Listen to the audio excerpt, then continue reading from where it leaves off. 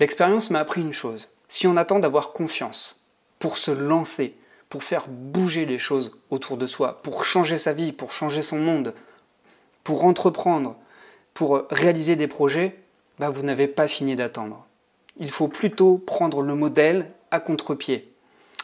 Vous n'allez pas refaire le monde en restant dans votre mental. Et je sais que les hypersensibles ont cette tendance souvent à avoir cette illusion d'agir en revivant des scènes dans leur tête, ou en tout cas en essayant de retourner le problème dans tous les sens dans leur tête, leur donnant l'illusion d'être dans l'action, de travailler dessus. Le problème, et vous le savez tout aussi bien que moi, c'est que de facto, vous restez vraiment dans l'inertie. Votre corps lui-même, au sens littéral, n'est pas en mouvement. Vous restez dans votre tête, à quelque part, perdre votre propre énergie. Les personnes que j'accompagne dans les coachings, elles rencontrent ce type de problème, déblocage. Déblocage de type personnel et même professionnel. Et le problème, lorsqu'on est bloqué, c'est qu'on n'est plus dans le mouvement de la vie. On est dans l'inertie. Et on se sent sur le banc de touche. Et c'est comme ça que peu à peu, on se déconnecte de soi, de ses initiatives, de son assurance, de la conscience de ses capacités, de la conscience de ses valeurs, de la conscience de ses goûts, de ses rêves, de ses désirs. Peu à peu, on se détache de tout ça parce que, au fur et à mesure qu'on est spectateur de la vie, on se déconnecte de la relation qu'on a à soi-même, on se déconnecte de la relation qu'on a au monde, c'est-à-dire la fonction qu'on veut avoir dans ce monde, notre manière d'être au monde, la mission qu'on se donne, et puis on se déconnecte aussi des autres, de la relation qu'on a aux autres, puisque on a du mal à avoir une image de soi propice à avoir une bonne présentation, propice en tout cas à l'ouverture, à vouloir partager, parce que créer de la relation, c'est s'ouvrir à soi. Sans ouverture à soi-même, on ne peut pas s'ouvrir à l'autre.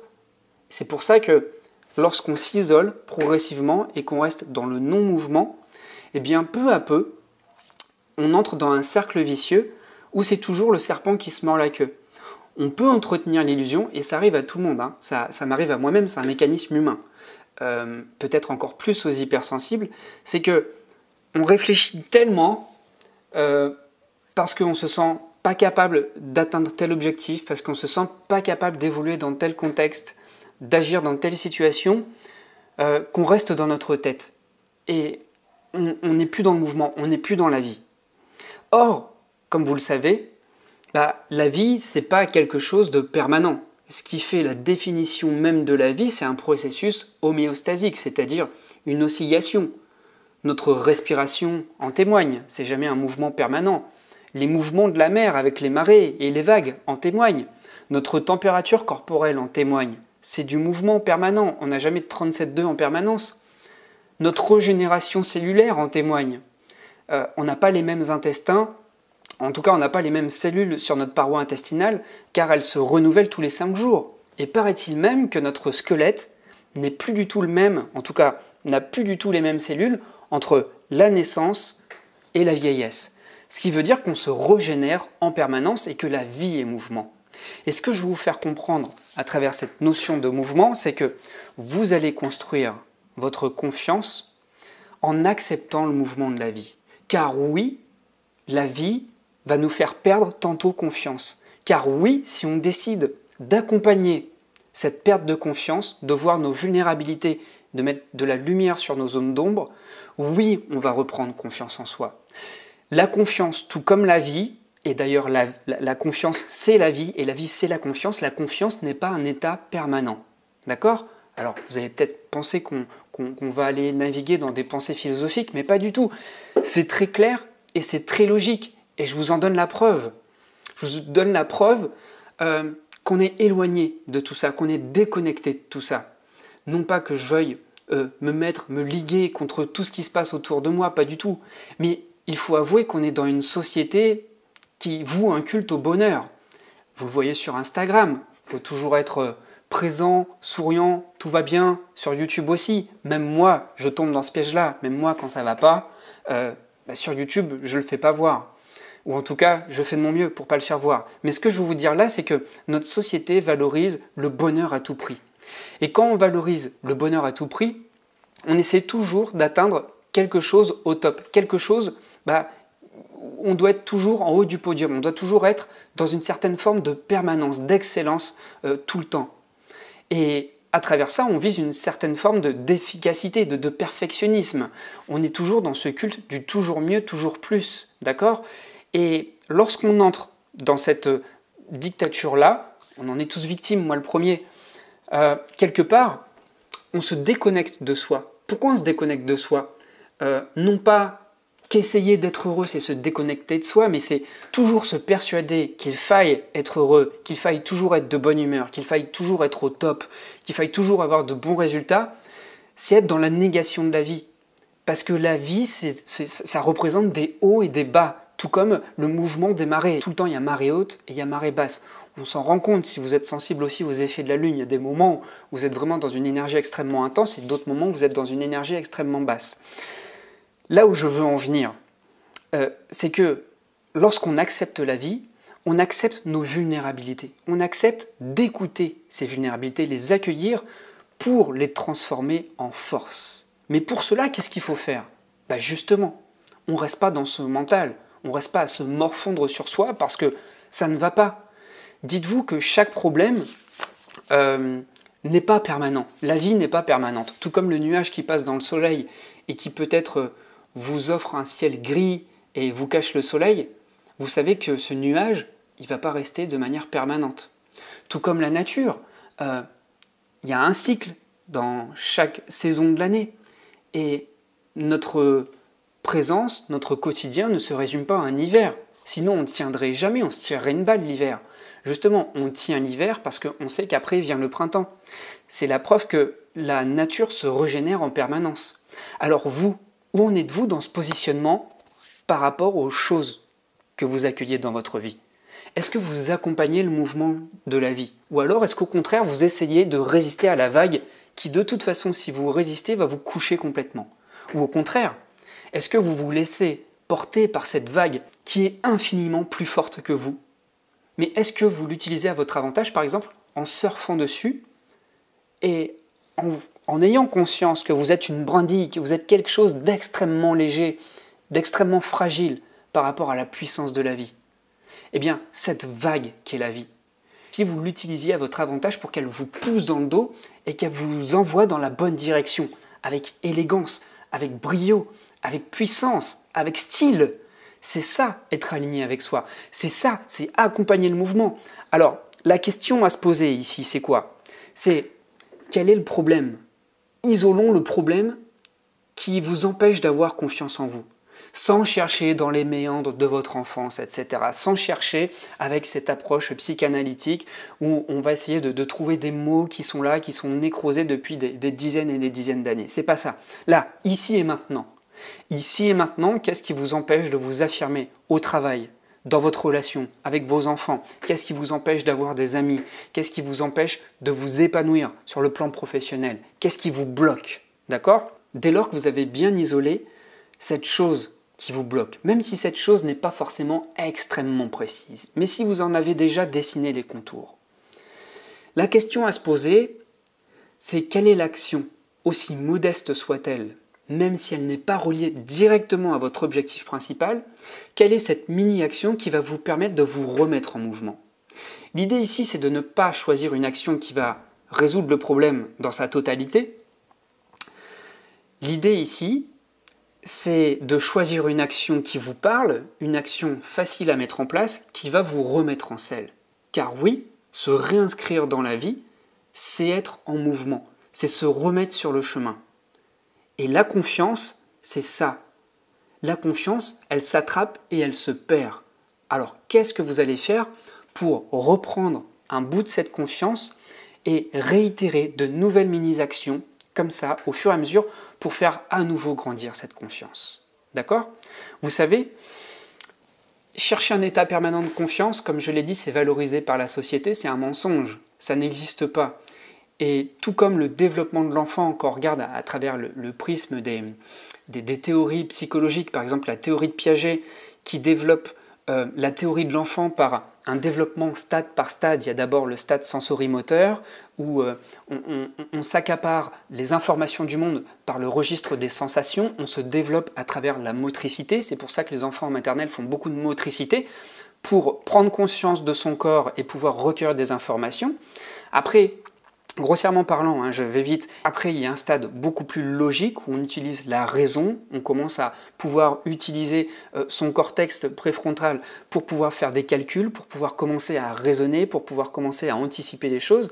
Et puis plus tard, dans l'adolescence, on a cette intelligence qu'on appelle cette intelligence qui nous permet d'avoir une pensée beaucoup plus abstraite, qui nous permet d'abstraire des concepts pour pouvoir traiter beaucoup plus d'informations.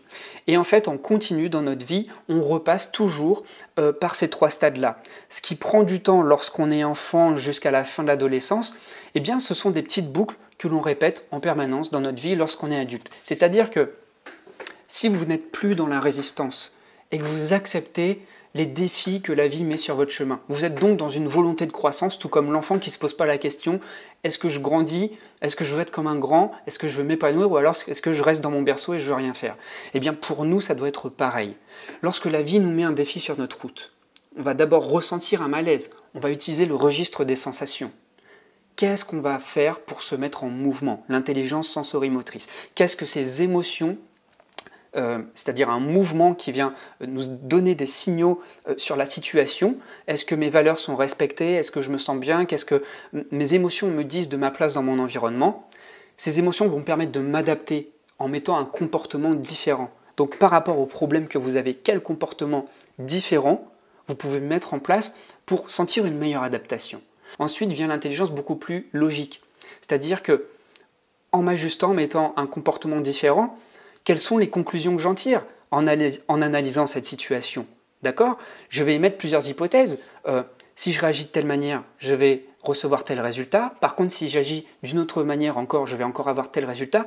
Quelle est la manière parmi les deux façons de procéder qui me convient le mieux? Et enfin, je vais abstraire, c'est-à-dire que je vais assimiler, à force de répétition de ce nouveau comportement qui me sied davantage, je vais l'abstraire, c'est-à-dire que je ne vais plus convoquer ma mémoire vive, mon attention directe, ça va être quelque chose qui va être conceptualisé dans mon cerveau, et donc je n'aurai plus besoin de dépenser de l'énergie pour le mettre en place. Alors comprenez bien que la confiance en soi, c'est toujours ça en fait. On se le construit, c'est comme une pile qu'on doit charger en permanence, d'accord? Donc pour avoir confiance en soi, il faut accepter d'accueillir le mouvement de la vie. Et c'est jamais quelque chose qu'on obtient définitivement. C'est toujours quelque chose qui s'acquiert. Alors oui, à force d'expériences positives, à force de vous prouver que vous êtes capable de vous mettre tout seul sur les bons rails, que vous êtes autonome de par votre sens de l'analyse, de par votre manière de ressentir les choses, bah oui, au bout d'un moment, votre expérience va vous faire comprendre que c'est bon, vous pouvez vous asseoir sur vos expériences précédentes parce que vous vous êtes déjà prouvé à vous-même que vous êtes capable de surmonter des problèmes. Néanmoins, ça ne sera pas gagné pour la vie. Vous aurez toujours d'autres défis qui vont venir, mais vous aurez au moins ces bagages qui vous montreront que vous êtes capable. Alors c'est ça la confiance en soi. C'est un cercle vertueux. Et pour se créer ce cercle vertueux, il faut sortir de ce cercle vicieux qui est de rester dans l'inertie, qui est de rester dans son mental. Je sais que vous aimez bien penser, je sais que votre âme sensible adore mentaliser les choses, mais passer à l'action et ensuite utiliser cette intelligence que vous avez, utiliser cette sensibilité que vous avez, cette sensibilité qui vous permet de percevoir tellement d'informations dans votre environnement, et puis cette faculté d'analyse qui vous permet d'analyser avec votre esprit aussi très logique les choses qui se sont passées par rapport à vos ajustements. Utilisez tout ça, bon sang. Vous allez voir que vous disposez d'une machine extrêmement redoutable pour vous créer des expériences bonnes, des expériences vertueuses. Et nul besoin d'avoir des défis qu'on voit sur Instagram. Vous savez, les meilleurs défis dans votre vie, ce sont les vôtres, tout simplement. Et si je dois vous donner un exemple pour illustrer tout ça, moi, quand j'étais enseignant, vous le savez peut-être, je ne me sentais pas à l'aise, je ne me sentais pas à ma place. Même s'il y avait beaucoup de valeurs qui étaient satisfaites dans l'exercice de ce métier, je n'étais pas à ma place. Et je ne savais vraiment pas quoi faire en fait pour me sentir mieux. J'avais 30, 35 ans et je me disais, bon sang, t'es jeune et t'es pas heureux. Putain, c'est con quand même. Ce qui s'est passé, c'est que j'ai pas eu la solution directement comme ça. Mais ce qui m'a sauvé, c'est que progressivement, je me suis mis en mouvement. C'est-à-dire que j'ai commencé à à lire des livres sur divers sujets, des choses qui m'intéressaient. J'étais déjà animé par le goût du voyage, par le goût de la liberté. Je savais qu'au fond de moi, il y avait ce goût d'entreprendre, parce que j'ai une valeur de créativité qui est très élevée. J'ai cette valeur d'autonomie, d'indépendance. Encore une fois, j'ai cette volonté de vouloir gagner de l'argent par moi-même et pas d'attendre que ça tombe tous les mois parce que j'ai fait ce qu'on voulait de moi. Non, je veux vraiment être directement acteur des ressources que je perçois. J'ai commencé à acheter des livres, à me renseigner, à voir plusieurs voies possibles. J'ai commencé à écouter des chaînes YouTube par la suite. Et puis je suis allé, suite à l'écoute de chaînes YouTube, je suis allé à des conférences, je suis allé à des séminaires. Ensuite, j'ai commencé à me former, à acheter des formations en ligne. Et puis après, je suis allé à des ateliers pour me former vraiment en présentiel. Et c'est vraiment ça qui m'a aidé, en étant en mouvement, à avoir beaucoup plus de clarté sur ce que je veux. Et puis en construisant peu à peu mes bagages de confiance. Parce qu'au fur et à mesure que j'avançais sur la route, je recueillais des informations. J'avais plus de clarté sur où je voulais aller, sur qui je voulais être. Et progressivement, je deviens qui je veux être. Et c'est ça la confiance en soi, c'est être dans la relation avec soi-même. D'accord ? Dans une relation parfaite et alignée avec soi-même. Alors, je vous le dis en toute transparence, rien n'est parfait. Et je ne suis pas encore tout à fait aligné avec mes valeurs, avec mes objectifs, mais j'y travaille au quotidien. J'y travaille à chaque fois. Et il y a des moments, je suis sur un palier, ça stagne, jusqu'au moment où ça fait vraiment chier, jusqu'au moment où ça fatigue, ça énerve, on a envie d'évoluer, on a envie d'aller plus loin, on en a marre, c'est l'agacement. Alors plutôt que s'énerver ou plutôt que de baisser les bras et de rester dans l'inertie en se disant que voilà, c'est une fatalité, non, on n'est pas comme ça. On a conscience qu'on est acteur de sa vie, on se réveille, on se met en selle, on ne se fait pas violence, il n'est pas question de se faire violence, il est question de se faire plaisir et de faire des choses qui nous ressemblent et qui sont conformes à nos valeurs. C'est ça la confiance en soi. Vous voulez qu'on bosse ensemble ? Alors, ce que je vous invite à faire, c'est de réserver une séance coaching avec moi et je vais vraiment vous aider en travaillant sur vos valeurs, par exemple, en travaillant sur plein de choses qu'on va pouvoir mettre en place pour que vous ayez des actions qui soient directement corrélées à votre énergie, à vos aspirations, à vos rêves, à qui vous êtes. Encore une fois, vos rêves ne sont pas les rêves de quelqu'un d'autre. Donnez, offrez toute la singularité que peut avoir vos rêves. Car rien ne pourra dépasser, surmonter la singularité, la simplicité, l'unicité de vos propres rêves. Et rien que pour ça, vous avez l'obligation de le respecter. Parce que à respecter l'image de ce dont on rêve, même si ce sont des rêves modestes, vous avez cette obligation d'y allouer toute votre énergie. D'accord ? Et la noblesse ne se trouve pas dans la réussite, ou en tout cas la hiérarchie sociale, la noblesse se trouve dans votre manière d'œuvrer dans le sens de vos rêves. Peut-être que vous aspirez à une vie plus simple, peut-être que vous aspirez même à une vie où vous allez gagner beaucoup moins, que vous souhaitez quitter la ville, que vous souhaitez être à la campagne, avoir un rythme de vie beaucoup plus pépère, sans tous ces agacements, sans tout ce tournoiement de responsabilités, sans toute cette hyperstimulation. Peut-être que c'est ça. Donc voilà, soyez honnête avec vous et œuvrez dans le sens de vos envies et de vos valeurs. Je vous remercie d'être resté jusque-là, j'espère que cette vidéo vous a plu. N'hésitez pas à la commenter et peut-être à la partager à des personnes qui peuvent se retrouver dans cette situation et pour qui cette vidéo pourrait apporter des éclaircissements. Je vous dis à très vite, portez-vous bien et passez à l'action.